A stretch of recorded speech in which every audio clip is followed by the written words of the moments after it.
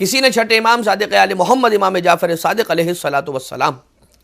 مولا اور آقا چھٹے لال ولایت آقا سے پوچھا کہ آقا حمد کی بہترین قسم کیا ہے، حمد کرنے کا بہترین طریقہ کیا ہے؟ یعنی آپ ہیں کہ جو وارث علم انبیاء ہیں، آپ ہیں کہ جو منبع علم و دانش ہیں، آپ بتلائیں گے مولا کہ حمد صحیح والی حمد جو ہے نا،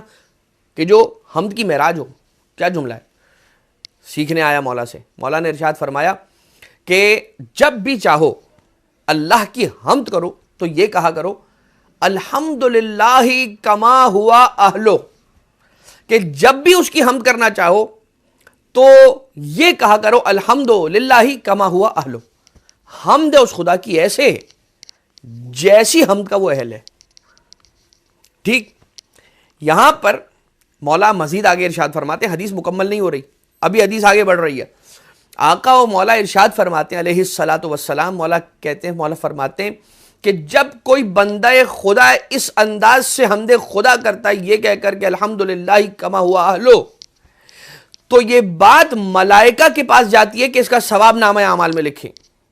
جب وہ اس کا ثواب نامہ اعمال میں لکھنا چاہتے ہیں تو رک جاتے ہیں، توقف کر لیتے ہیں، وقف آ جاتا ہے۔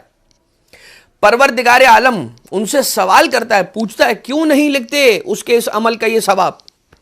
تو فرشتوں کا جواب آتا ہے کہ بار الہ رب ذوالجلال یہ کہہ رہا ہے الحمدللہ کما ہوا اہلو، حمد ہے اس خدا کی جیسی حمد کا وہ اہل ہے۔ پروردگارا ہمیں کیا پتا کہ تو کس طرح کی حمد کا اہل ہے، جب ہمیں یہ نہیں پتا کہ آپ کو کس طرح کی حمد آپ کے شایع نشان بنے گی تو ہم اس کا ثواب کیسے لکھ سکتے ہیں؟ تو ہاتف غیبی کی صدا آتی ہے ملائکہ کو کہ تم چھوڑ دو اے ملائکہ، تم رہنے دو، اب اس کا ثواب نہ لکھو بلکہ اس کا ثواب مجھ پر چھوڑو، اب جیسی حمد کا میں اہل ہوں ویسی جزا میں اسے دوں گا۔